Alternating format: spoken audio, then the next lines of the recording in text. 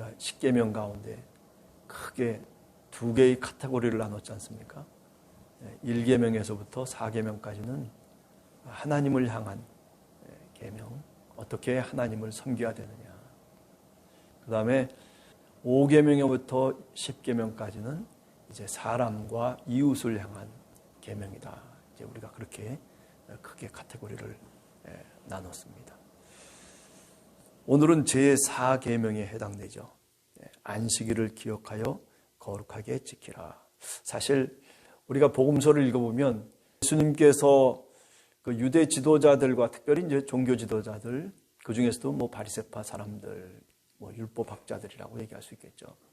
그런 사람들과 상당한 갈등을 일으키는 요인 가운데 하나가 뭐냐면 바로 율법을 해석하는 문제에 있어서 달랐다라고 얘기할 수 있죠. 물론 믿음이냐 행위냐라고 하는 그런 도식을 갖고서도 접근에 들어갈 수 있겠지만은, 그러나 그 갈등의 원인 가운데 하나는 뭐냐면은 율법이 도대체 무엇이냐라고 하는 거죠. 율법의 정신이 어디에 있고 율법의 근원이 어디로부터 출발하고 있느냐라고 하는 것을 문제 삼고 있다라고 그렇게 말씀드릴 수가 있습니다. 예수님 당시에도 오경에 나오는 그 율법, 구약 성서에 나오는 율법에서 행하라라고 하는 것과 하지 말라라고 하는 것이 있는데, 그게 613개 조항이다. 그렇게 이제 자신들이 이제 카테고리를 맞는 거죠. 유대 종교 지도자들 같은 경우에는 뭐 사도 바울과 비슷했겠죠.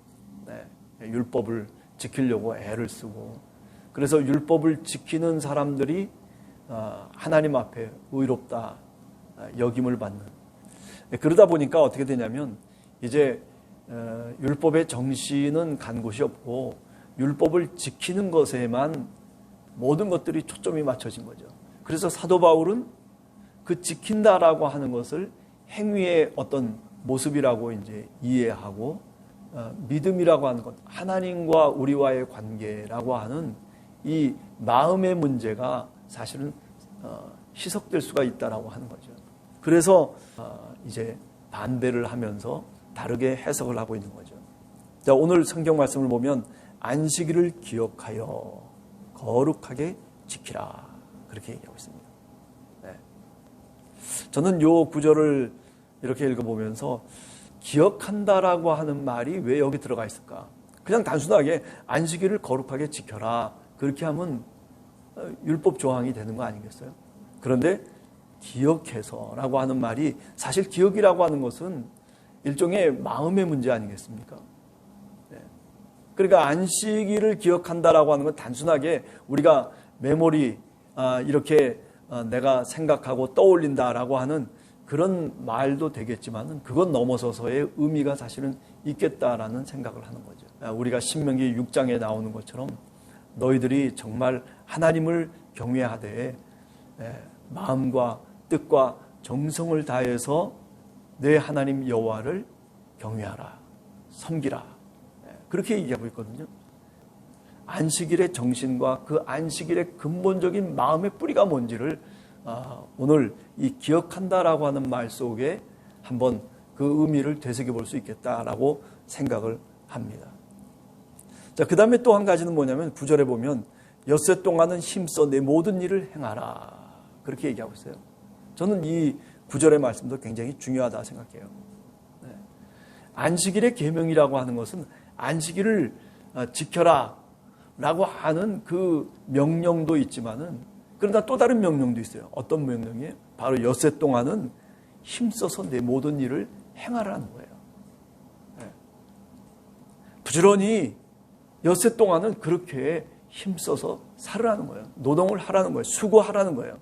여기 힘쓴다라고 하는 히브리 말이 아바드라고 하는 말입니다. 이 아바드라고 하는 말은 뭐냐면 영어로 레이버, 그러니까 노동한다, 수고한다, 애를 쓴다라고 하는 말이거든요. 또 serve, 그러니까 봉사하다, 섬기다, 이런 뜻도 있고, 말하자면 식물을 경작한다든지 농사를 짓는다든지 뭐 그런 뜻이 사실은 이 히브리 아바드에라고 말에 있거든요. 네. 자, 그런 점에서 오늘 엿새 동안 힘써서 너의 모든 일을 행하라 라고 하는 말도 이 안식일 계명 속에 들어와 있다라고 하는 것을 우리가 한 번 더 기억해야 됩니다. 그 일의 소중함을 깨달으면서 살아가다가 이제 사람이라고 하는 것은 결국 쉼이 필요하다는 거죠. 그것을 우선적으로 이 안식일 계명이 우리들에게 말하고 있는 거죠. 사람들은요, 자신의 욕구와 욕망을 쫓아서 살아가는 사람들이에요. 대체적으로 그렇습니다. 그러다 보니까 어떻게 됩니까? 7일째도 일하려고 해요. 7일날 쉬는 이 안식일 제도는 가장 훌륭한 제도 중에 하나예요. 사회 종교적 제도 중에 하나죠.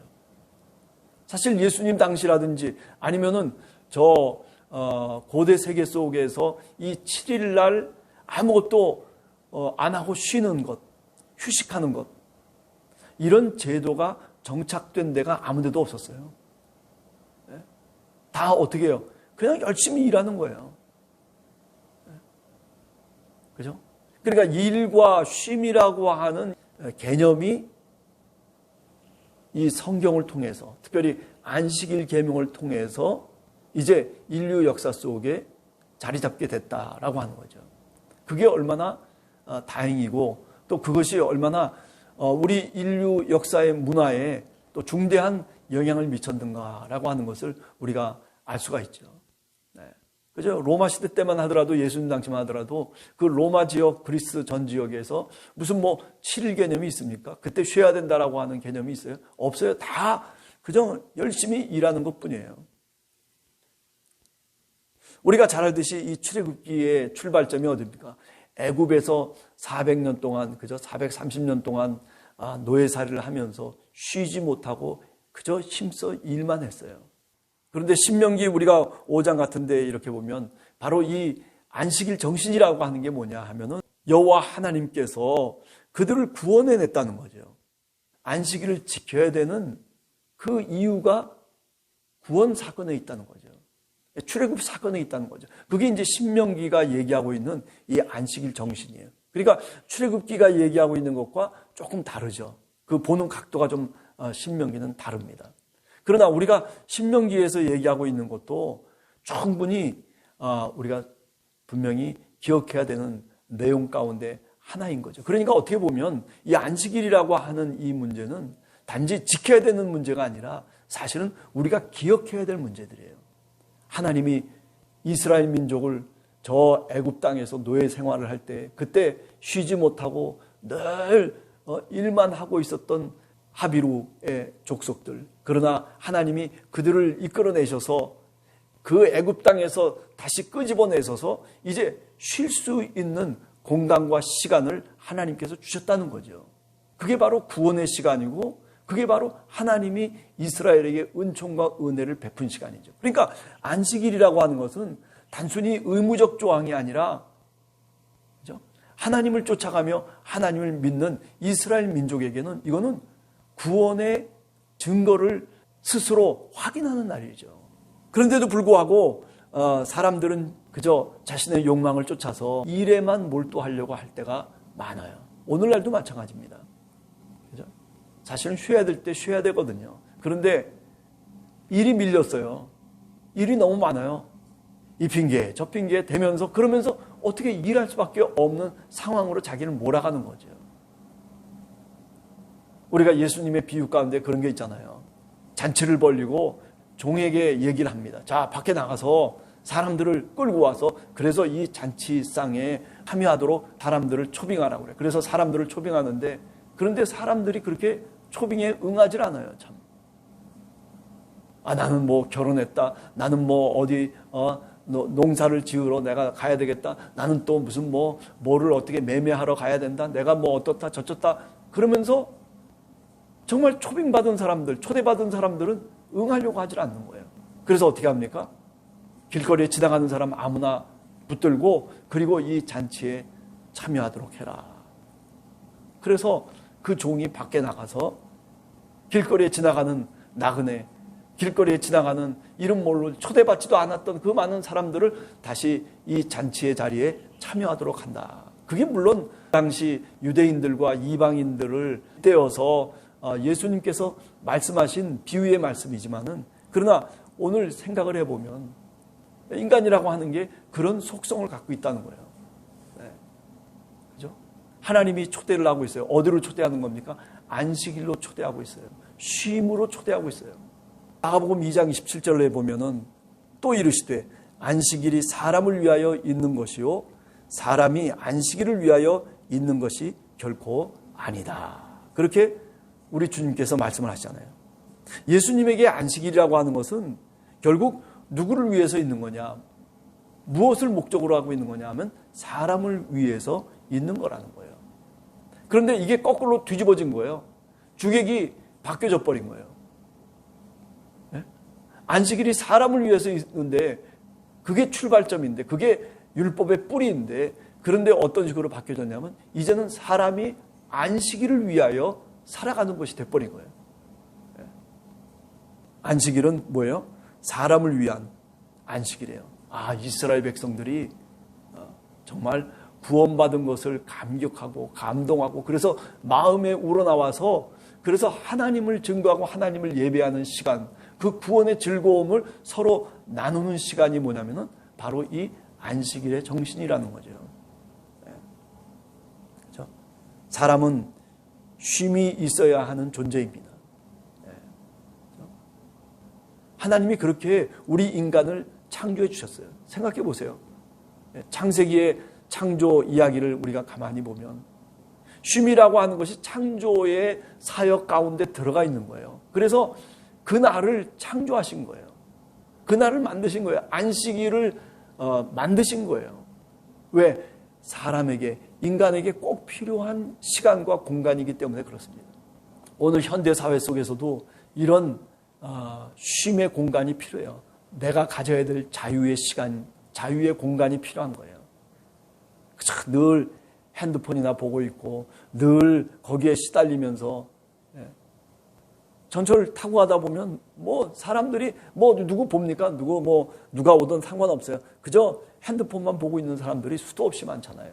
어떤 사람은 저녁만 되면은 텔레비에 매달려 있는 사람들이 있잖아요. 전기를 끊어버리는 거예요.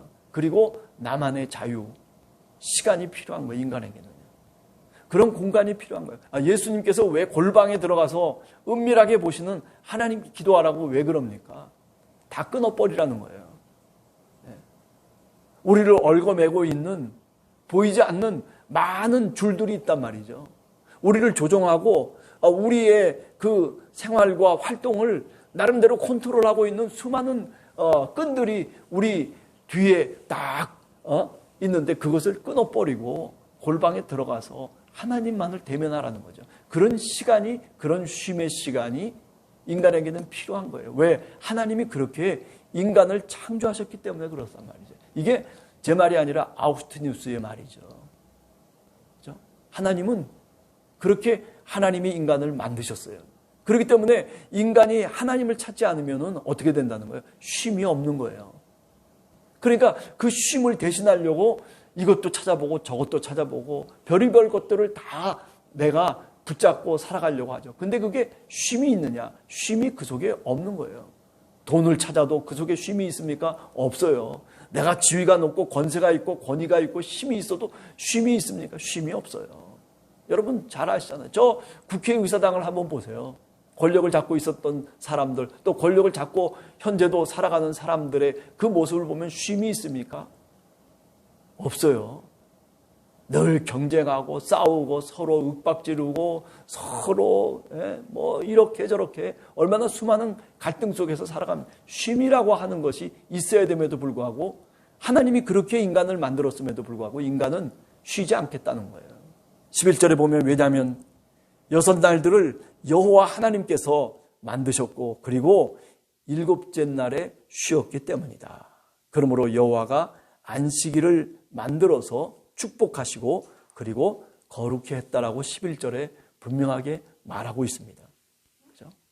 마태복음 11장 28절에 우리가 잘 아는 보면 이런 얘기가 있지 않습니까? 수고하고 무거운 짐진 자들아 다 내게로 오라. 내가 너희를 쉬게 하리라.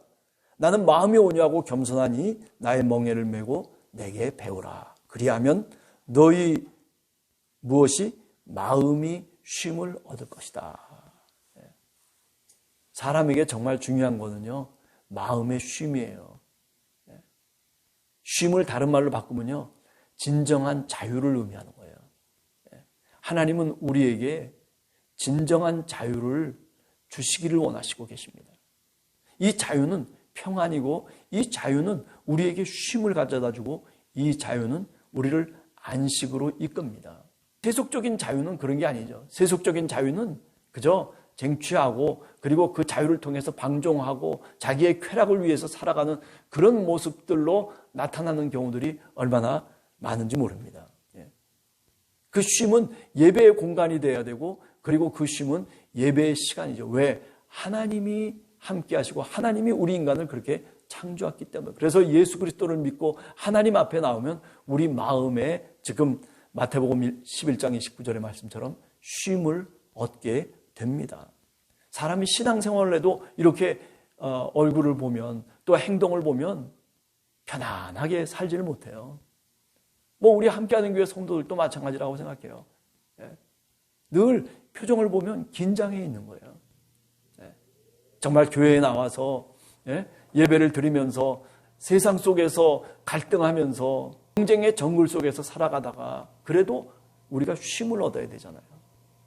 그렇죠? 그래도 예수 그리스도를 믿고 교회 생활하는 사람은 그래도 나을 것 같아요. 그러나 그렇지 않은 사람들을 생각해 보면 늘 얼마나 힘들게 삶을 살아가겠습니까? 아니, 실제로 그렇게 살아가고 있는 것이 현실이죠. 그래서 주일날 교회에 나와서 우리가 봉사도 하고 예배도 드리고 서로 교제도 하고 설교 말씀도 듣고 하는 이게 노동이 아닙니다. 내가 구원받았구나. 이스라엘 민족이 그렇게 고백하고 그렇게 마음으로 하나님께 즐거워하는 것과 같은 그런 정신으로부터 사실은 이 주일이라고 하는 것이, 주일의 정신이 바로 거기에 있다라고 말씀드릴 수가 있는 거죠. 자, 예수님도 이 안식일의 문제는 굉장히 중요하게 취급을 하셨어요. 그래서 예수님도 안식일 날 병자를 고쳐주시고, 그죠? 일부러 안식일을 어기면서까지 그렇게 힘들어하는 사람들에게 찾아가서 구원의 징표들을 나타내 보이셨던 겁니다. 자, 오늘 우리 함께하는 교회 성도들, 이 안식일이 꼭 이날은 지켜야 된다라고 하는 것보다도 그 안식일의 정신이 무엇이고 안식일의 근본적인 그 뿌리가 어디로부터 출발하고 있는지를 우리가 보다 더 잘 알아서 구원받은 하나님의 백성으로 오늘 또 세상 속에 나가서 하나님과 함께 동행하면서 하나님이 주시는 그 쉼을 마음껏 우리가 얻을 수 있는 그런 하루가 되시기를 간절히 소원합니다. 같이 기도하겠습니다.